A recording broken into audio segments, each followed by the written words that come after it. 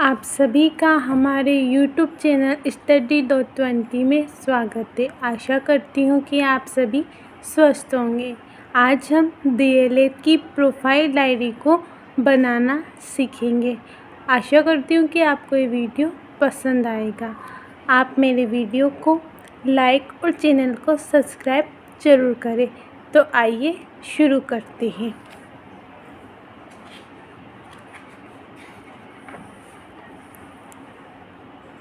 सबसे पहले हम ये जानते हैं कि हम इस डायरी में क्या क्या लिखने वाले हैं।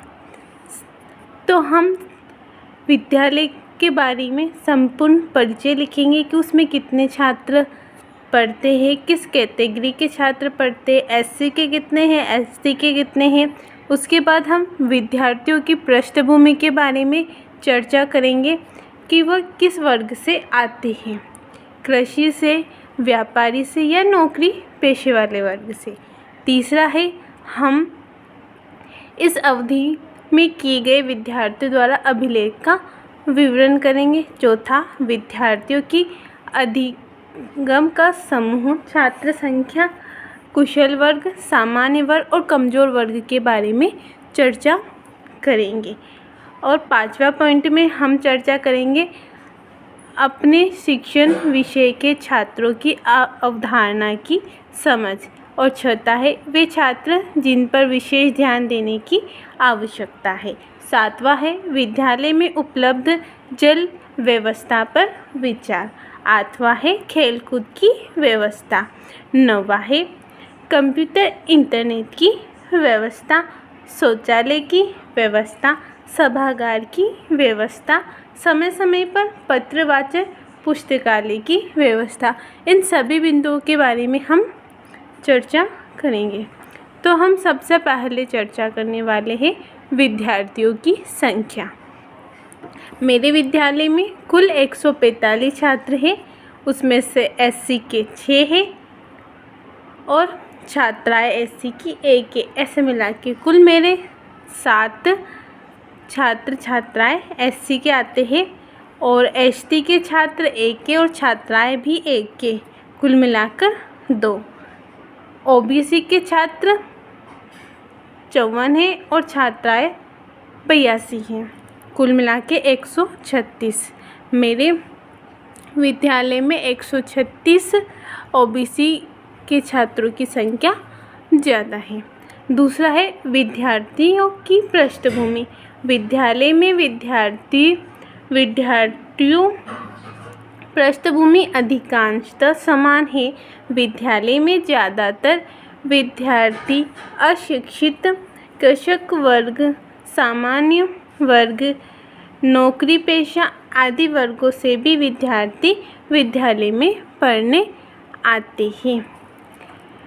क्षेत्र होने की क्षेत्र ग्रामीण और शहरी क्षेत्र होने के कारण सभी वर्ग के विद्यार्थी की संख्या देखने को मिलती है।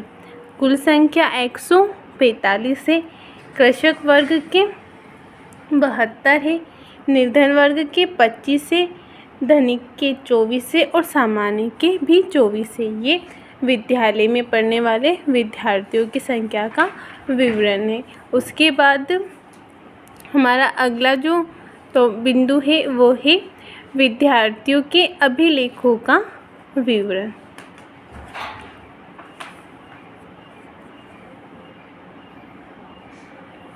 विद्यार्थियों के अभिलेखों का विवरण। विद्यार्थी में विद्यार्थियों के निम्न अभिलेख उपलब्ध है। अभिलेखों का नाम और संभावित हाँ या फिर ना। अगर है तो हाँ में जवाब दीजिए और नहीं है तो ना में जवाब दीजिए। पहला है छात्र उपस्थिति पंजिका, हाँ। शिक्षक उपस्थिति पंजिका, हाँ। स्वास्थ्य उपस्थिति, हाँ। मध्याह्न भोजन पंजिका, हाँ। स्थानांतरण प्रमाण पत्र पंजिका, हाँ। विद्यालय अनुशासन पंजिका, हाँ। विद्यालय अनुदान पंजिका, हाँ। विद्यालय प्रबंधन समिति, हाँ। खेलकूद सामग्री पंजिका, हाँ। पुस्तकालय संबंधित समिति, हाँ। परीक्षा परिणाम पंजिका, हाँ। स्काउट गाइड समिति, हाँ। बुक बैंक पंजिका, हाँ। ये अभिलेख सभी विद्यालयों में पाए जाते हैं। मेरे विद्यालय में भी थे, इसलिए मैंने हाँ लिखा है। आप आपके विद्यालय के अकॉर्डिंग लिख सकते हैं या फिर ऐसा का ऐसा भी लिख सकते हैं, ये एकदम सही है। उसके बाद आता है हमारा चौथा, विद्यार्थियों की अधिकतम सार समूह यानी छात्र संख्या। कुशल समूह, सामान्य समूह और कमज़ोर समूह, जिसमें छात्र छात्राओं के बारे में छात्र मेरे कुशल समूह से 40 है और छात्राएं 32 है। ऐसे करके योग है 72। सामान्य में छात्र 10 है, छात्राएं 15 है। योग 25। कमज़ोर समूह में छात्र 28 है और छात्राएं 20 है। योग 48। अपने शिक्षण विषय में छात्रों की अवधारणाओं की समझ। शिक्षण में छात्रों में रुचि लेकर अंग्रेजी विषय का अध्ययन किया। छात्रों ने अपने विचार बताकर अध्ययन को सरल बनाया ताकि छात्रों को समझ में आ सके।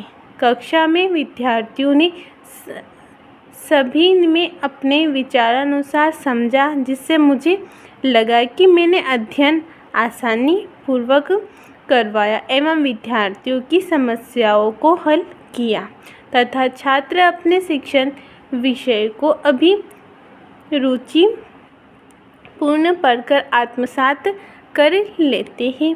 शिक्षक विषय में अवधारणा पूरी तरह से सही है। बच्चे पढ़ाई को महत्व देते हैं। ये आप जो विषय पढ़ाते हैं उसके बारे में अपनी अवधारणा लिखनी है। फिर अगला है छठा, वे छात्र जिन पर विशेष ध्यान देने की आवश्यकता है। विद्यालय में या कई कक्षाओं में अनेक छात्र ऐसे हैं जिन पर अधिक ध्यान देने की आवश्यकता है।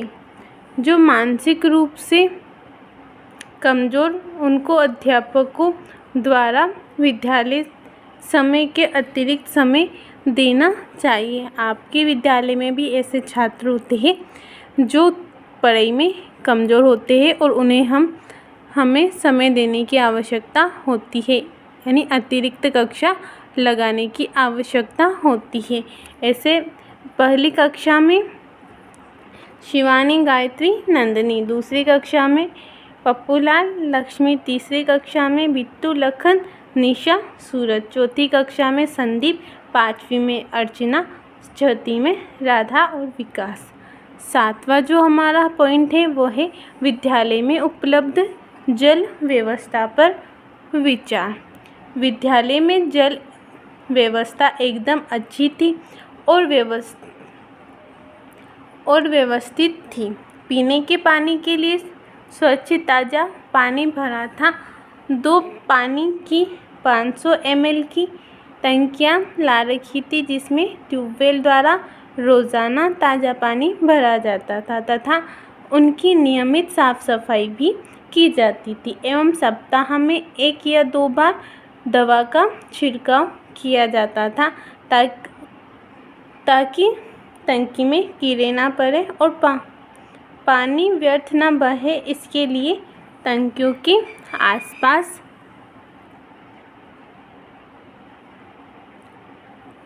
टंकियों के पास एक गड्ढा खोदा गया तथा उसे ऊपर से बंद भी कर रखा था ताकि मच्छर उत्पन्न ना हो तथा कोई हादसा भी ना हो। गर्मियों के दिनों में ठंडे पानी की व्यवस्था थी। अगला है इसके अंतर्गत प्रधानाध्यापक एवं अध्यापक भी बच्चों को पानी के दुरुपयोग करने में से होने वाली परेशानियों एवं संकट के बारे में बताते हैं। बच्चे दोपहर में भोजन करने से पहले व भोजन करने के बाद पानी से हाथ धोते हैं और पानी की टंकी के आसपास अच्छी सफाई रखी जाती है। अगला है हमारा 8वां बिंदु, खेलकूद की व्यवस्था। विद्यालय में खेल के मैदान व्यवस्था है, परंतु विद्यालय में संपूर्ण खेल सामग्री उपलब्ध नहीं है। बच्चे दोपहर भोजन के पश्चात खेल खेलते हैं। बच्चों की रुचि कबड्डी, खो खो, पकड़म पकड़ाई जैसे खेलों में थी। विद्यालय में बच्चे कबड्डी खेल में अधिक रुचि रखते हैं। जिस प्रकार शारीरिक विकास के लिए भोजन आवश्यक है, उसी प्रकार मानसिक विकास के लिए आवश्यक है खेल, क्योंकि कहा जाता है कि स्वस्थ शरीर में स्वस्थ मस्तिष्क निवास करता है। इसके आगे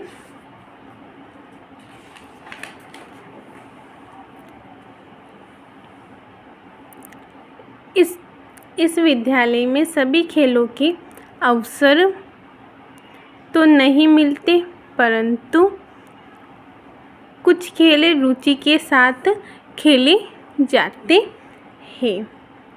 विद्यालय में शारीरिक शिक्षक भी छात्रों को खेल के अभ्यास कराकर खेल के लिए तैयार करते हैं। खेलों के माध्यम से बालक के में नैतिक क्षमता का भी विकास होता है।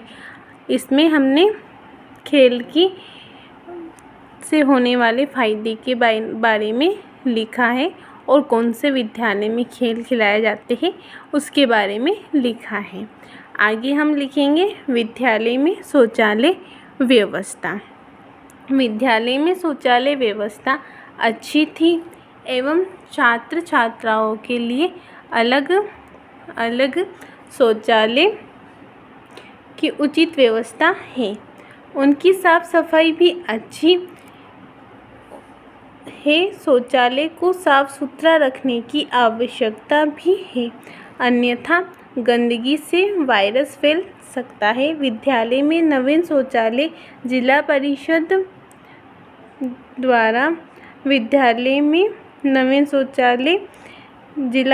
द्वारा बनाया गया, जिसमें नलों की व्यवस्था भी है तथा साबुन की व्यवस्था भी है, क्योंकि विद्यालय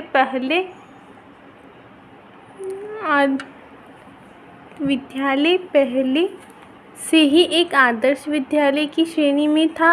अगर विद्यालय की मरम्मत तथा जुताई होती तो एक मिसाल तथा आकर्षक बन सकता था। शौचालय के लिए शिक्षक छात्रों के लिए अलग व्यवस्था नहीं है। अगला जो हमारा 10वां पॉइंट है वो है कंप्यूटर इंटरनेट की व्यवस्था, जो कि आजकल प्रत्येक विद्यालय में है और ये होना भी आवश्यक है।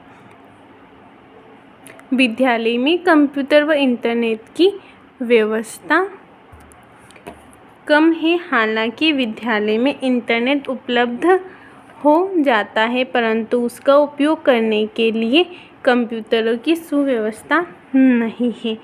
2 और 3 कंप्यूटर है, लेकिन वे खराब है। विद्यालय में प्रधानाध्यापक शिक्षक भामाशाहों की मदद से प्रिंटर मशीन ला रखी है, जिसके लिए छात्र छात्राओं को फोटोकॉपी यानी जेरोक्स के लिए बाहर नहीं जाना पड़ता है। शाला दर्पण का कार्य भी कंप्यूटर के माध्यम से आसानी से किया जा सकता है। आज का युग इंटरनेट का युग है। इंटरनेट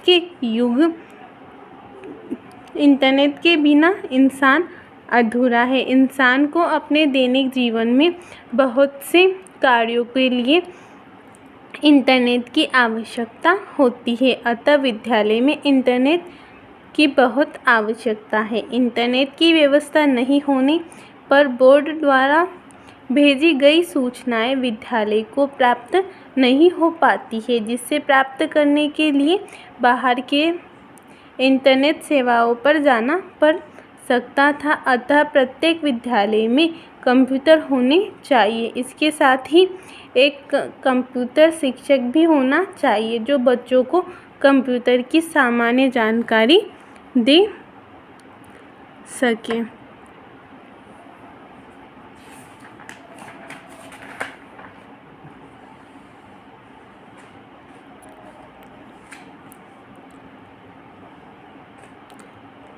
तथा विद्यालय का ऑनलाइन कार्य पूरा कर सके। कंप्यूटर शिक्षक के अभाव में सामान्य शिक्षक को ही सारा काम कंप्यूटर संबंधित कार्य करना पड़ सकता है। फिर अगला हमारा जो है वह है सभागार की व्यवस्था। विद्यालय का खेल सभा का मैदान है जो सभागार में काम आता है, परंतु यहाँ एक निश्चित सभागार की व्यवस्था नहीं है जो सरकार द्वारा प्रक्षेपित है। विपरीत परिस्थितियों में जैसे धूप, बरसात आदि मौसम में विद्यालय के बरामदे की सभागार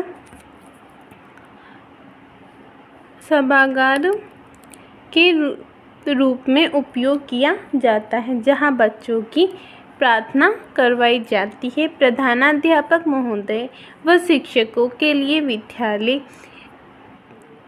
का एक अन्य स्थान जो सभागार है, जिसमें प्रधानाध्यापक अन्य शिक्षकों के साथ परिचर्चा करते हैं। गणतंत्र दिवस, स्वतंत्रता दिवस व गांधी जयंती, बाल दिवस ऐसे पर्वों पर सभागार में उपस्थित गणों को प्रधानाध्यापक महोदय अन्य शिक्षकों के साथ सूचनाओं को प्रकाशित करते हैं। सभी विषयों से एक साथ बातचीत के लिए कक्षाओं के साथ स्थान पर सभागार में सभा का आयोजन किया जाता है।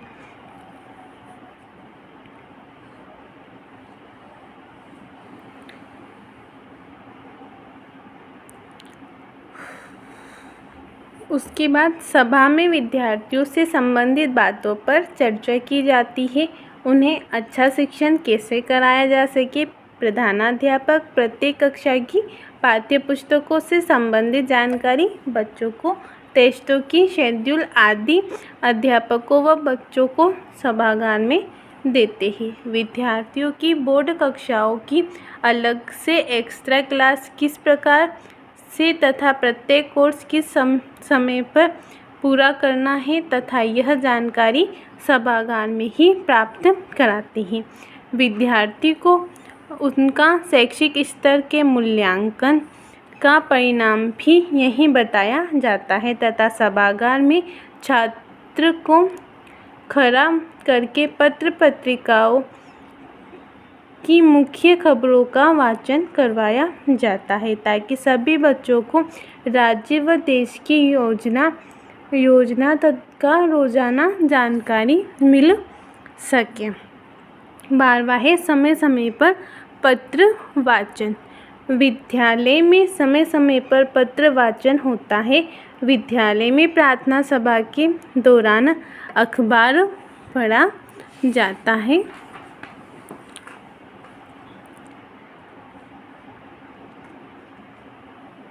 अखबार वाचन क्रमानुसार कक्षाओं द्वारा किया जाता है। वाचन में अखबार में स्थित महत्वपूर्ण सूचनाएं पढ़ी जाती है तथा अध्यापक द्वारा उन सूचनाओं को अच्छे तरीके से समझाया जाता है। अखबार वाचन से देश विदेश की सूचनाएं बच्चों को मिल जाती है। अखबार वाचन एक लघु कथा होती है जिससे अध्यापक सुनकर विद्यार्थियों को समझाते हैं। समय समय पर समाप्त सप्ताह में 2 तथा 3 बार पत्रों का वाचन होता है जिसके जरिए विद्यार्थियों को सूचनाएं मिलती हैं। 13वां है पुस्तकालय की व्यवस्था। हमारे विद्यालय में पुस्तकालय की व्यवस्था उचित है। संस्था प्रधान के पास पुस्तकालय के लगभग 200 पुस्तकें व 200 कार्य पुस्तिकाएँ उपलब्ध है जिसमें पुस्तकालय से सभी छात्र पुस्तक लेके आसानी से पढ़ पाते हैं। सभी पुस्तकें कक्षाओं के अनुसार सेटों में रखी हुई है। पुस्तकें लेते अथवा वितरित करते वक्त शिक्षक नीतीश जी सर बच्चों की एंट्री करते हैं।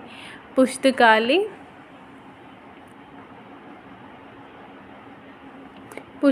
में पुस्तकें लेने के बाद उसे जमा कराने के पश्चात ही विद्यार्थियों को दूसरी पुस्तकें वितरित की जाती है। विद्यालय की पुस्तकालय व्यवस्था सुव्यवस्थित है तथा विद्यार्थी भी पुस्तकालय से प्रति रुचि रखते हैं। आपको नीचे हस्ताक्षर शिक्षक प्रशिक्षक और हस्ताक्षर विद्यार्थी शिक्षक लिखना है और जिसमें विद्यार्थी शिक्षक में अपने स्वयं के हस्ताक्षर करने हैं। आशा करती हूँ कि आपको ये वीडियो अच्छा लगा होगा। अगर आपको ये वीडियो अच्छा लगा तो मेरे वीडियो को लाइक और मेरे चैनल Study.20 को सब्सक्राइब करें। आपको अगला वीडियो जल्दी प्राप्त होगा। धन्यवाद।